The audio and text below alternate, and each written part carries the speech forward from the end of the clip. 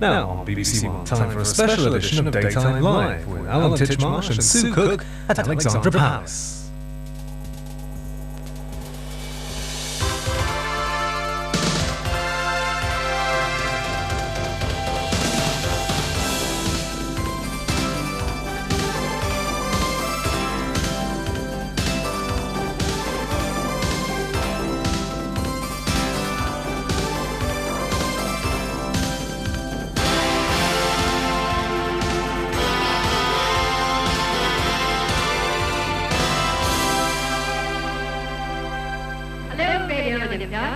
This is direct television from the studios at Alexandra Palace. And now we're going to see and hear someone you know well, Miss Helen Mackay.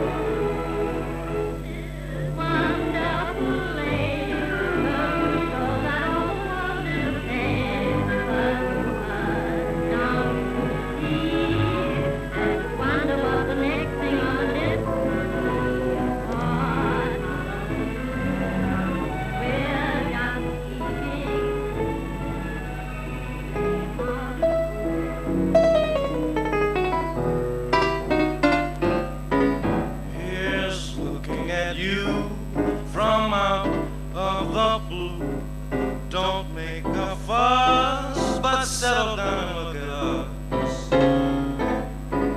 Here's looking at you.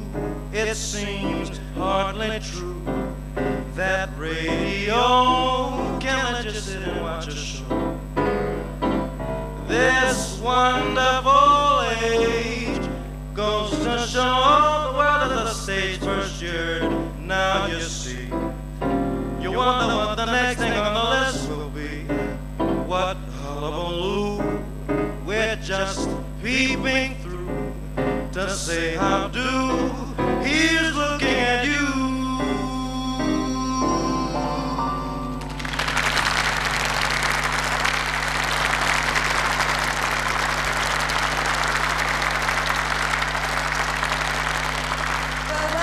To a very special Daytime Live today. We're coming from the place where the world's first television service was launched 54 years ago, Alexandra Palace in London. Yeah, this is our tribute to the pioneers of television, without whom Sue and I wouldn't have a job. At the start of the programme there, you saw the very first programme on British television, sung there by Helen Mackay at the opening, a star of the past, if you like. We've also got a star of the future, music provided today by a man who's making his first appearance on British television, though he's no stranger to American audiences, Harry Connick Jr.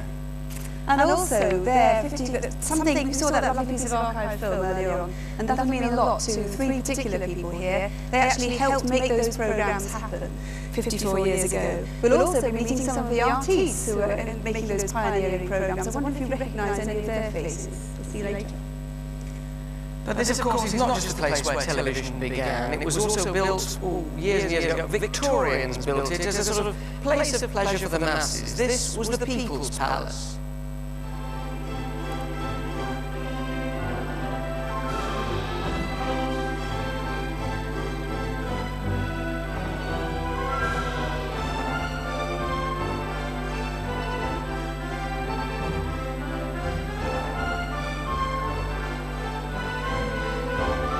The surrounding park was already a popular attraction for Londoners when the first Alexandra Palace was opened on May the 24th, 1873, Queen Victoria's birthday. But after just 16 days, disaster struck.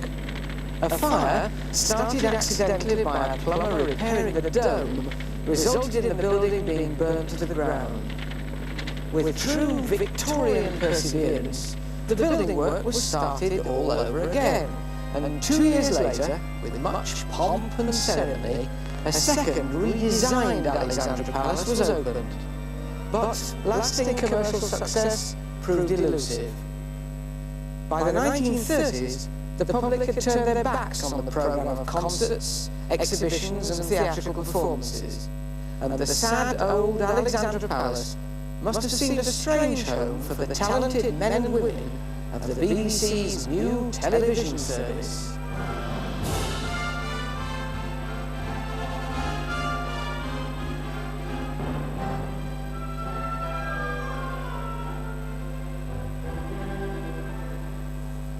But that was by no means the end of Alexandra Palace's amazing history. For just 10 years ago, fire struck yet again and transformed a huge part of this building once more into rubble. But following in the footsteps of their illustrious Victorian predecessors, the trustees struck back with an ambitious restoration programme.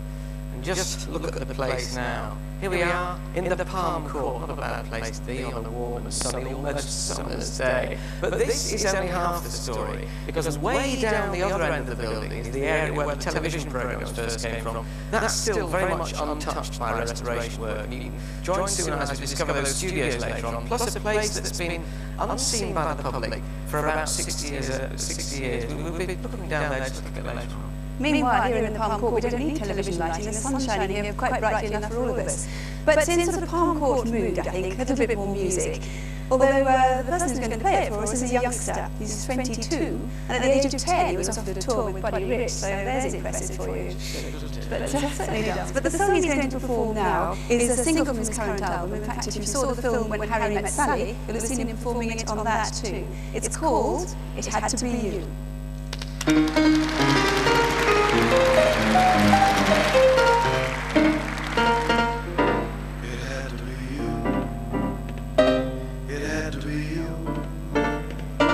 I wandered around and finally found the somebody who could make me be true, could make me be blue, or even be glad just to be sad thinking of you.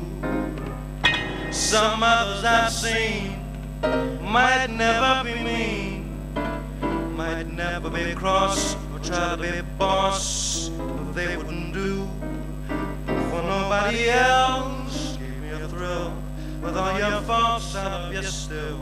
It had to be you, wonderful you, it had to be you.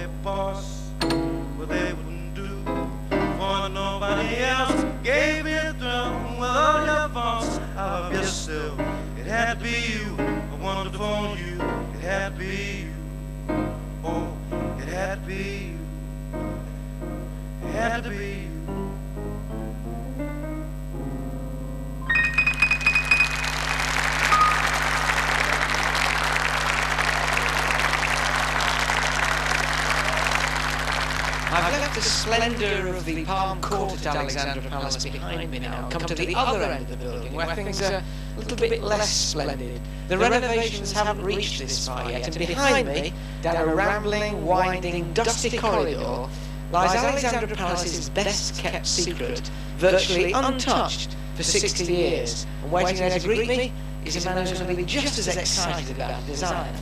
And I know you are too. Wait.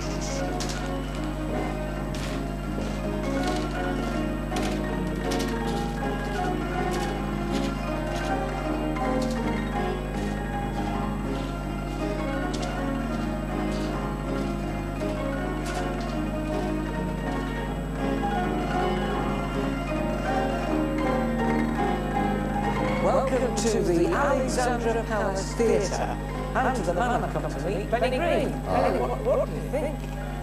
I'm overwhelmed. I mean, it's no good me saying I'm speechless because I've got a lot of things to say. I mean, I didn't know this place existed, so walking into it like this is, it's very sad because it's got a grandeur that's gone rotten and falling to pieces and vanished. And its size is obviously tells you it was once quite a place, and yet it's gone, abandoned, finished, crumbling. It's a very sad feeling because you can hear the echo of the things that once took place, I'm sure. Now, what would it have been here? Musical, variety? I think it probably progressed with the years. I mean, there's evidence in the back wall that it might even have been a cinema afterwards. I suppose it moved with whatever was going on. I mean, when music hall finished and variety started is a kind of nebulous point. I mean, there's not a date when it changed. But whatever it was, I suppose they all performed. The Max Millers and the... Oh, I think long before that, probably. And the Barry Lloyds. The Florrie Falls, and maybe even the Flanagans, certainly in the 20s. I wonder if I had a relative, my grandmother's cousin, was a man called Sam Mayo, and he used to top the bill. And he died in 1938. And it's very possible that he played it, because he used to like playing in London. And it's just curious to feel that somebody distantly related might have come here and sung, you know. It's a very evocative place. What's the magic of music hall for you? Because you're a great music hall buff. Well, it's to do with the vanished England, really. I mean, it's to do with the time when the music, the popular music, was indigenous to this country, as it wasn't when I was growing up. It was all Hollywood and America. I'm not knocking that, it was wonderful music, but particularly before the First World War, the working classes of England could go into the music hall and see their own image flung back at them. They could see themselves caricatured on stage, they could hear the sort of music they liked. And it was a very homegrown thing, and it was part of the culture. And for that reason, I think it's very important. What were you looking at when you were a kid in theatres like this? Well, I went to the Metropolitan when I was a boy, and I saw a man called Ernie Lottinger performing, and he was very funny. I didn't quite know what was going on, but he was very funny. And I went to the Bedford Music Hall once or twice, several times during the war. I saw Max Miller perform twice, and it left me with the impression that he was probably the greatest thespian of any kind we've ever produced. But as a musician, I played in the Metropolitan in about 1953, it must have been just before it was knocked down. And even there we were playing a jazz concert, but I got the feeling of those old gas brackets in the back rooms and the stone walls and where they used to cue. It was a feeling that I was trespassing, really. That if I was going to go and do something in that place, I should have been doing a turn, not playing bebop. And I also appeared in the Hackney Empire just at the time when they were tearing it down, making it a television studio. This would be in 1958. And we were making a television programme even as they were tearing the walls down. And I remember, and we did like a 39-week series or something, I was a musician there. And the first week I went in, I was very aware of what the place was and how sort of vandalised it was. And I saw a piece of wall. It wasn't a wall, it was a piece of wall that hadn't yet knocked down. And there was a little plaque in it, and it said, "This couch, or this chaise lounge, was presented to Queen Victoria by the Shah of Persia on estate visit 18-something.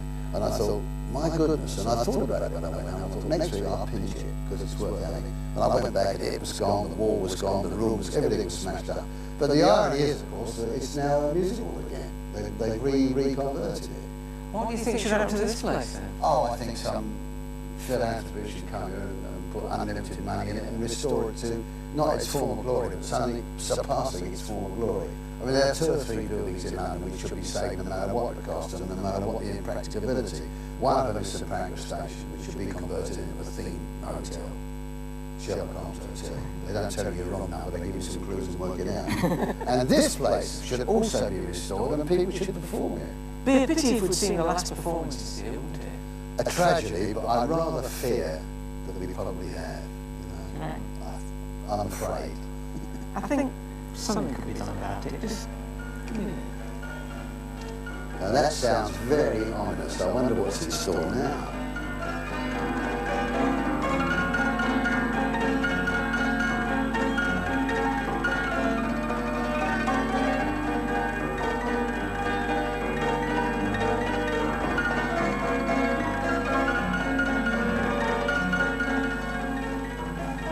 There's a green-eyed yellow idol to the north of Kathmandu.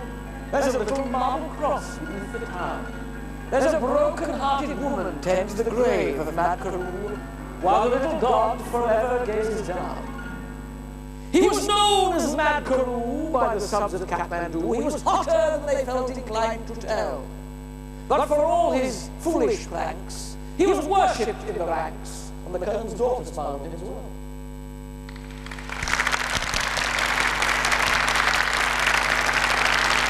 You know, misses a moment. Time for lunch again. Sorry about that. Anyway, now being Thursday, we're going to be joining Andy Craig soon for our weekly motoring feature. But first of all, here's a reminder that the motorist wasn't always the friend of the television viewer. Have you ever thought what would happen if your set showed you pictures of the road outside your home? You would see some of the passing vehicles clearly enough. A post office van, or a service vehicle, or a railway lorry, or the car of some thoughtful private motorist, for interference suppressors have been fitted to all their engines. But you wouldn't be able to see this car properly, because it spoils your picture as it passes, and not only your picture. As this man drives along, he leaves a trail of interference, at least as bad as this, on all the television screens on his route.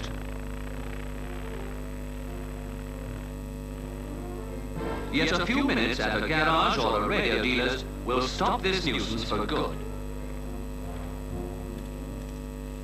Well, luckily the roads weren't very congested in those days, rather different from these days. And we all know that traffic jams mean stress. And stress is going to be the first topic of Andy Craig's Drive for Life this week. So Drive for Life this week takes us to the wilds of the Lake District. We begin in Harley Street, a name synonymous with medical matters, where research into driving is showing that a little Mantovani in the car, as opposed to, say, meatloaf, amongst other things, is helping to stay.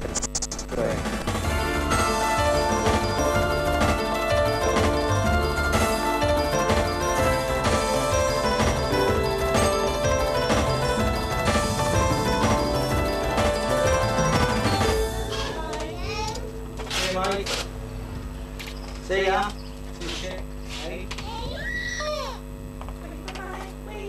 Those of us who get behind the wheel in the morning take it for granted that we'll get to our destination safely. But driving safely requires a level of concentration, coordination and dexterity that surpasses most other human activities. That, coupled with emotional and professional anxiety on the way to and from work, can create a lethal cocktail: stress on the streets. As traffic pressures build up, traffic delays increase, and the sheer unpleasantness of driving in sort of heavy smoggy conditions increases.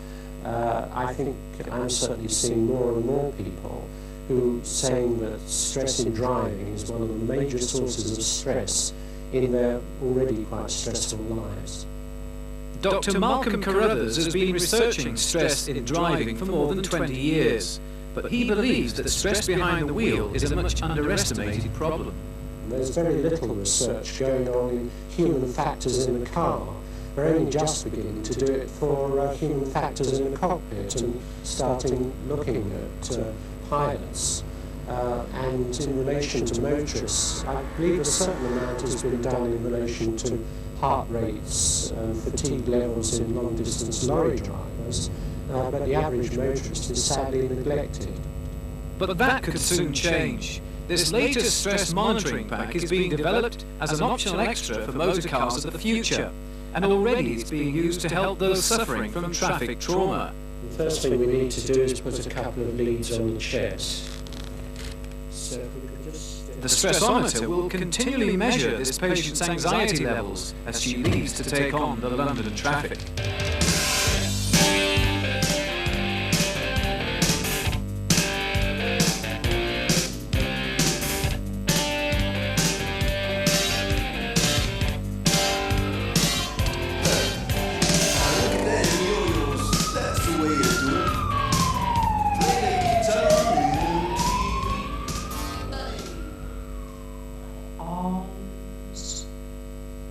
Legs are heavy. Meanwhile, back at the Harley Street Clinic, autophobics are being desensitized with, would you believe it, a class in autogenics.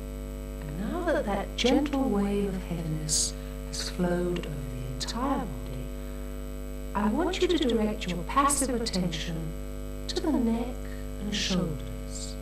These relaxation exercises aren't confined to the front room. They can be done on the move as well when a driver needs it most. While you're driving, you can very quietly be aware of the neck and shoulder area, particularly if you're tense, and you can talk to it and you can say, my neck and shoulders are heavy. And you find yourself taking a deep breath and sitting back inside, and there you are, much calmer.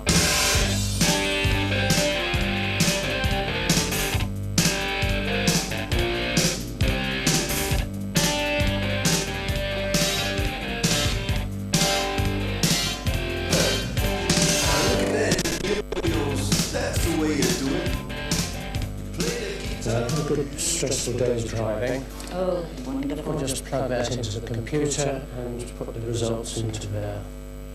So this is a readout of your blood pressure levels. That's the upper level of blood pressure, and that's the lower. The upper is varying quite a bit there. And these white dots are your heart rate. I'd like to know what was happening around about 4 o'clock. It seems to have been quite a rise in blood pressure generally, as though you're getting angry about something, and then a couple of spikes of heart rate. What happened then? Well, actually at 4 o'clock I was very late for an appointment, and those two bits where I missed two motorcyclists. You can see each of them. That's the first motorcyclist and that's the second motorcyclist. Then comes a quiet time. You must have been sitting down and relaxing or doing something quiet and interesting there. And then it seems to take off again, with, again, the blood pressure going up and the heart rate going up as well. Do you suspect that if we had a meter on the dashboard that was measuring pulse rate and blood pressure, that one or two people might be slightly perturbed with what they saw? Yes, but I think it would be a good thing, providing they did something to calm down. Also, I think there's a lot that you can do in relation to creating the right sort of environment in the car. In other words, going for comfort rather than super speed, having good in-car entertainment systems, and also I think the automatic drive helps, as well as adopting the Institute of Advanced Motorists approach of being sort of in the right place, in the right gear at the right time, and generally being less competitive about your motoring and doing it in a more friendly spirit. So the difference between Des O'Connor or Dire Straits could actually mean the difference between a stressful or non-stressful journey? I think it can do. I think there's far too much heavy rock going on in cars and not enough really soothing motoring music. I lend my heart, falling to careless hands.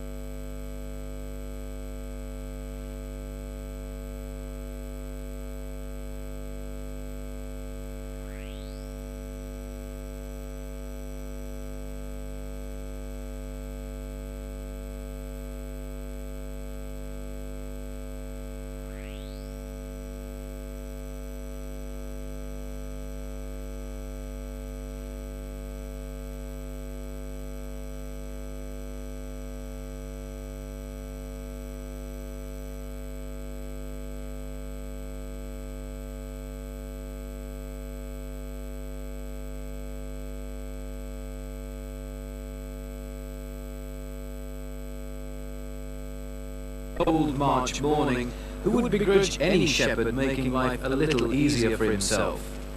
These go-anywhere vehicles are revolutionising farming in the hills.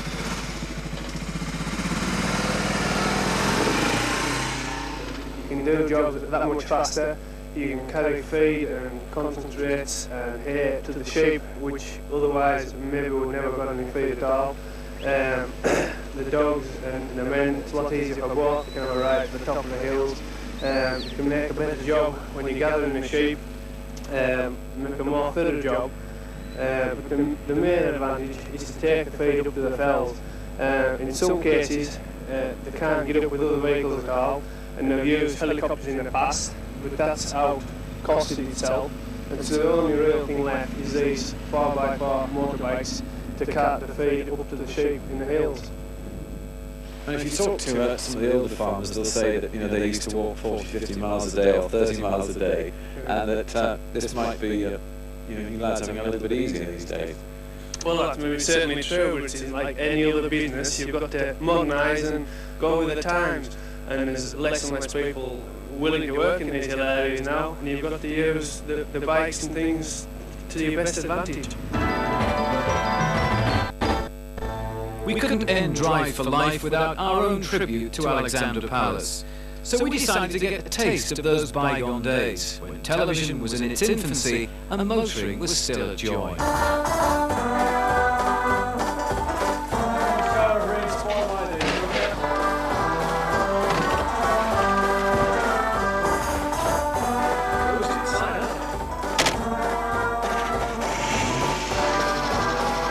I wasn't dressed for the part, but Sylvia Collins and her husband Brian make a living out of motoring nostalgia.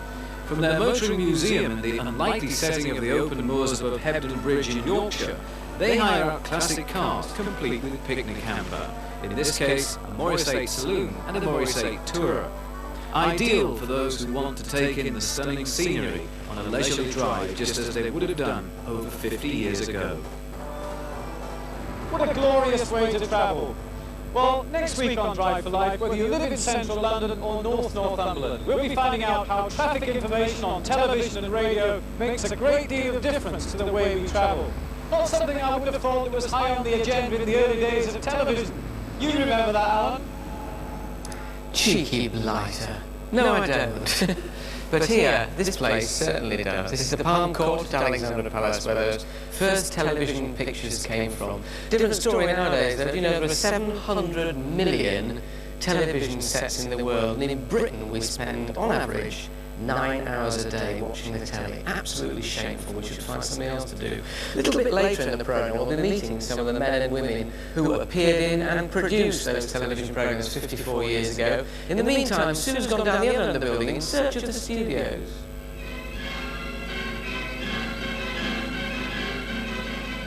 The selection of a site for the first television station presented many difficulties of which the public know little. Eventually, the Alexandra Palace was chosen.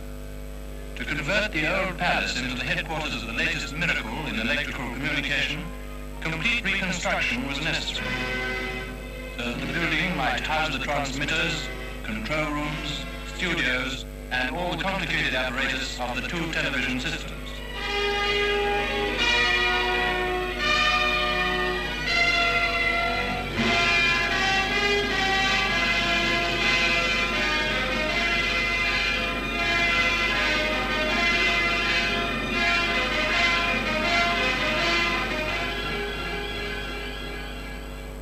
And towering above me now is that famous Alexandra Palace aerial. It stands right on top of the corner of the building where 56 years ago the world's first television service was launched. Let me go inside and see what's left of the old BBC studios.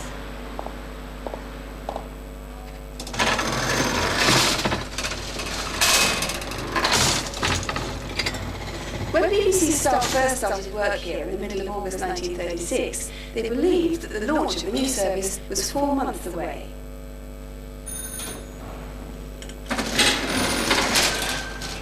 But as Cecil Madden, the first programme organiser, stepped out of this lift, he could hear the phone ringing in his new office. It was the BBC's Director of Television to tell him that the timetable had been changed. They now had just 9 days to get the first programme on the air. Engineers stand by in the control room. The levels are set. Switches are thrown. Generators begin to turn. The water flows through to the transmitter valves. The valve filaments begin to glow. The lights in the studios come up on the dimmers. The producer is waiting at his microphone to speak his last word to the artist. The controllers are ready on vision and sound. The vision and sound are on. The station goes on the air. Along this corridor are the old studios. There were in fact two different television systems on trial. Here in Studio B was the system designed by John Logie Baird, and just along the corridor in Studio A was the rival Marconi EMI system. Now, although we remember John Logie Baird as the inventor of television, in fact it was the Marconi EMI system which proved the more reliable in the end. Here in Studio A is where it all happened.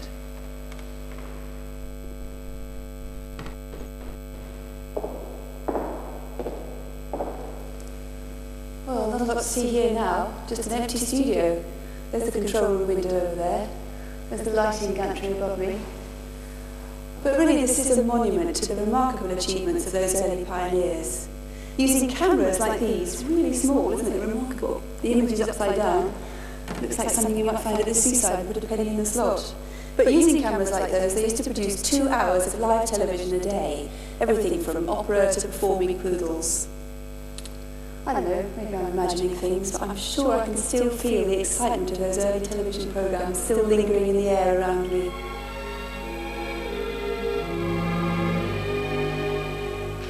On mighty maze, on mystic magic rays, is all about us in the blue. And inside and sound they trace living pictures out of space to bring a new wonder to you. I have come here to make a laughing stock, not a pretty feast. Remember where you are, and temper your hilarity with a modicum of reserve. You heard this one?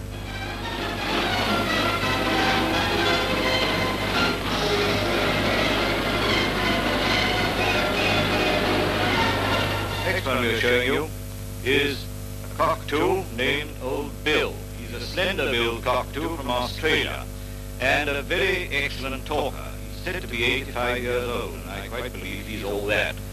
Now we're going to hear Old Bill talk. Yes, I'm quite well, thank you. Come on. Jean's leopard coat is particularly suitable for sportswear and point-to-point meetings. Under it she has on a high-neck dress in a tulip design of red, green, blue, white and black. For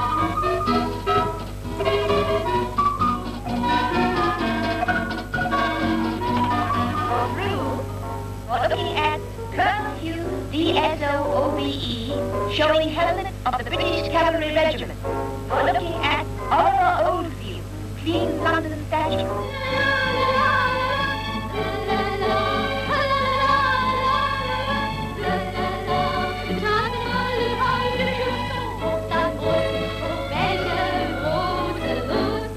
I consider your helm dominated, your personality dominated by the zone of instincts. I imagine that you could find your way alone in the dark. Yes, I can.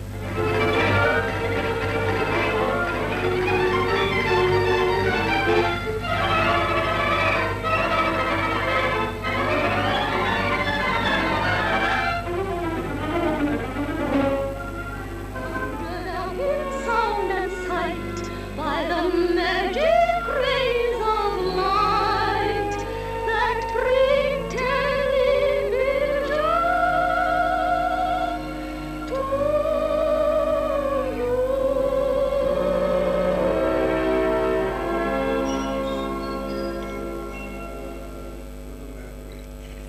Well, enjoying that trip down memory lane with me are three men who made those programmes happen and who knew Studio A when it was filled with life and music. Tony Bridgewater, who was a senior engineer, Bernard Greenhead, an EMI engineer who actually installed the new equipment in Studio A, and Donald Munro, the producer. But Tony, first of all, those seemed to be such exciting days. Were they as exciting as we imagine? Oh, very exciting. It's a great adventure to be embarking on an entirely new television system, something far advanced compared with anything we've known before. And how do you think those programmes compare with the programmes we put out on television today? Well, they were very good programmes indeed, that were done, very ambitious, and on the whole, I think I enjoyed them more than I enjoy the present day programmes. Bernard, you laughed then. Would you two agree with that? What do you think? Definitely agree with that. With all due respect.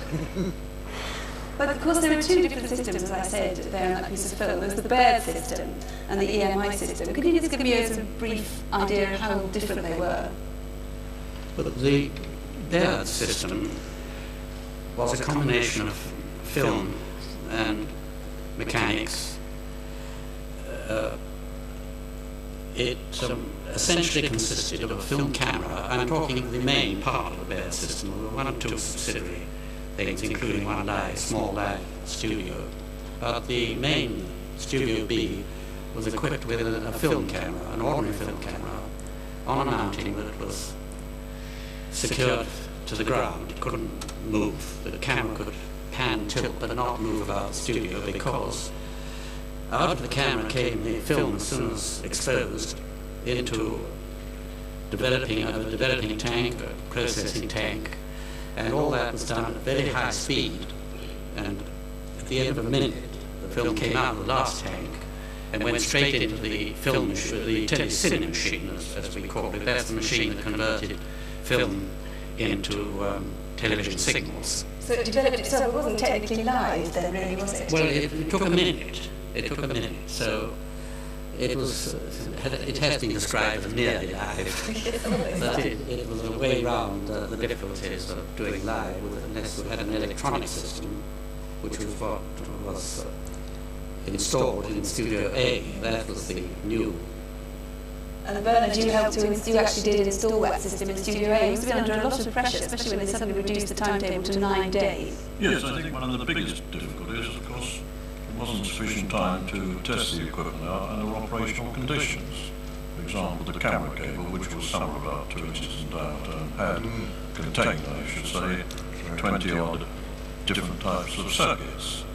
And this heavy cable being moved around the studio very often broke down. Well, if you broke down in a live production, it was necessary to pull the camera back into one side of the studio and install a new cable. On one particular occasion, not only one camera broke down, but we had 3, so the producer finished up his program, which he'd scheduled or scripted for. He'd only got one camera to finish off, and that was a flexibility that all the program directors had to put up with. So the panic is still a feature of live television even then. But you had to teach everybody, of course, to use the equipment, didn't you? We have a little piece of archive film which we wanted you to see. You might be interested in this, because I think you might recognise the man doing the teaching in this piece of film. Is then mounted above its own amplifier, which forms the base of the electron camera.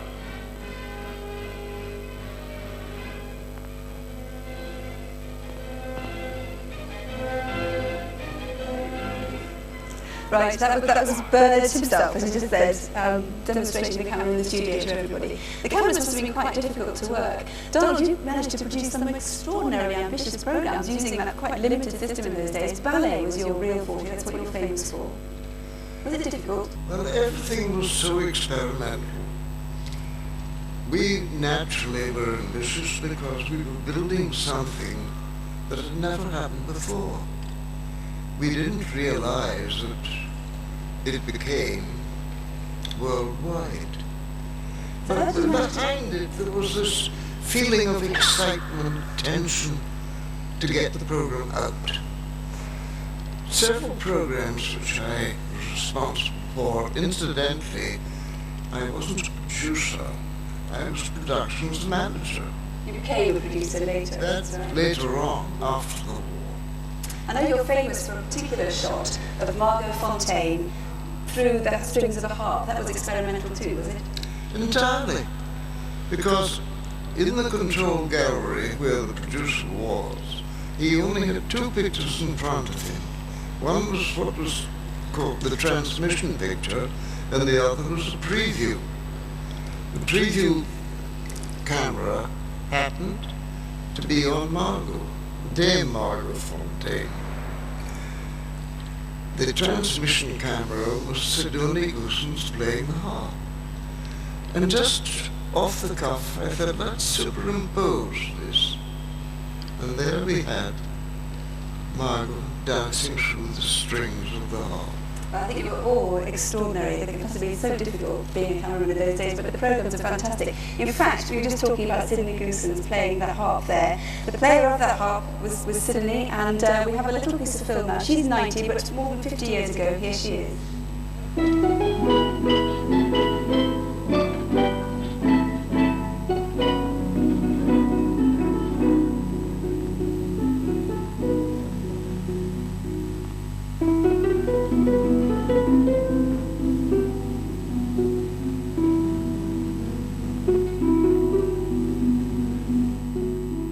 That was Sidonie Goossens, and this is Sidonie Goossens. We're also delighted to be joined by Richard Murdoch and Margaretta Scott, two other performers from those early days. Sidonie, when you came in, you were coming in to do very early experiments. Did you really think that this thing called telly would ever catch on? Well, they seem to be working so hard on it that we've really felt that it must. You were sure that it would? Yes, terribly novel. Oh, it was quite amazing. You couldn't believe that it was going to come into your own house. Yeah. We didn't even get a television. We had an offer of a television set, but we refused it. I think we were frightened of it. It also cost £100, which is pretty yes, large amount of money. It might have been a gift, I'm not sure. You lost out on that yes, one. I do. Did you go? You worked in both comedy and sort of variety in those days, and dancing. What were the problems with the picture in those days? I mean, we have problems with it now. Well, I was in a thing called the Television Follies, which used to occur about once a month, and it was all live, and it was absolutely terrifying. I remember on one occasion we were rehearsing, and they couldn't get a picture. It was all broken down. So eventually they thought they got it going. They shouted up to Reginald Smith, who was the producer in the box, and said, "Is it all right now, Reggie?" And he said, "Well, from here it looks like an animated mass of grey junket." Often a criticism levelled at me on Daytime Live, but never at Margaretta Scott. Margaretta, we know you now as Mrs. Pumphrey in full and glorious Technicolor, but in the old days of doing black and white telly, you were performing the classics live. I believe I was one of the first, if not the first actress to do Shakespeare on television. But doing Shakespeare live on the box? Oh, it was only a scene, scenes. But it was always full of surprises. I remember we did The Merchant of Venice once, and the Prince of Morocco came on, very splendid, spoke his first line, and fell in a dead faint at my feet. And of course, no one could come in, so I was left saying, "Help ho, the prince." All the iambic pentameter. Yes. so nice. Did you ever encounter Sydney any of those, the only names to me, but names that conjure up amazing images, like Lord Reith in those early days? Did you encounter yes, but not at television, of course. I don't think we allowed him in there. He stuck very much to the radio. In the radio. Oh yes, I knew him quite well when I started broadcasting in 1923. So it was rather at the beginning. Was he as frightening as they said? He wasn't really. He was very prim, very prim and proper, and didn't approve of this and that. You didn't ever fall foul of him yourself? Well, nearly. How? No, I don't think he approved of me in a way, because one of the controller actually rather liked the look of me, and he used to peep through the studio and wave to me while I was playing. And somebody mentioned this to Sir John, or Mr. Reith, which he was then, wasn't he? And I was called on the carpet. Because you were waved to? Yes. I say they were days of great prudery. And there were no drinks allowed in the building, but there was a reception officer there who had to entertain the artists, always a glass of whiskey there. Yes. But Sir John never came in there, but his brother used to come in quite often. We've got water here, Jam, so this is not gin. It was all live, and that was the terrifying thing about it. There was one occasion when they were doing a detective thing, and the detective was supposed to wrestle with the villain and throw him out of the window. It was supposed to be the 10th floor, which is about 2 feet under a mattress. But when it came to the time, the detective fell out of the window. And now the cameraman was very clever. He saw what was going to happen, and he blacked out the screen, and they put on a thing that said, "Normal service will be resumed." At the end of the program, they said, "We're sorry for the break. It was due to a fault of the transmitter." Not to the detective. Margaret, did you have to ever wear that ghastly makeup they used to do in the early days, didn't they? No, always perfectly ordinary makeup. I mean, that's relatively normal. How dramatic was it? What did they used to do? It used to be yellow, I believe, yellow with black lines. Yes, that was in I had to have my dress shirts yellow. Yes. Or blue. Yes. You couldn't have white shirts. But not one's face. No. That was white anyhow, all right. deep ochre. You also look back on those days, apart from the makeup, with great affection. I mean, briefly, do you think telly is as good today? The chaps behind the camera don't think it's quite as good. It was certainly more exciting then. I mean, you really were on your toes. I mean, I can remember doing a love scene. I think it was called Flashing Screen, and close up. And I could see my partner panic in his eyes, not love. And so kind of said, "You were going to tell me that you loved me, weren't you?" And we went on again, it was funny. Thanks all for bringing that bit of magic to us All today. so close together, working. Yes. And it's something that comes over well now. Thank you all for joining us very much indeed. Ladies and gentlemen, Sidney Nichols and Richard Murdoch and Margaret Scott.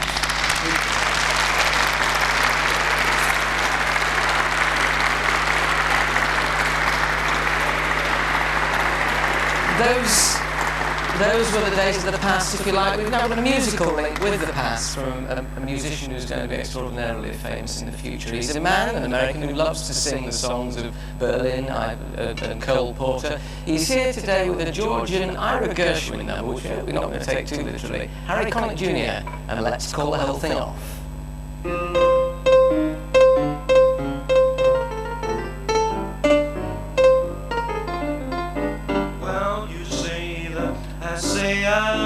You say neither, I say neither, either, neither, let's call the whole thing off. Well, you say potato, I say patata, you say tomato, I say tomato, potato, let's call the whole thing off. Oh, if we call the whole thing off, then we must part. And oh, if we ever part, that would break my heart. So you say oyster, I say oyster. Well, oh, let's stop all they are.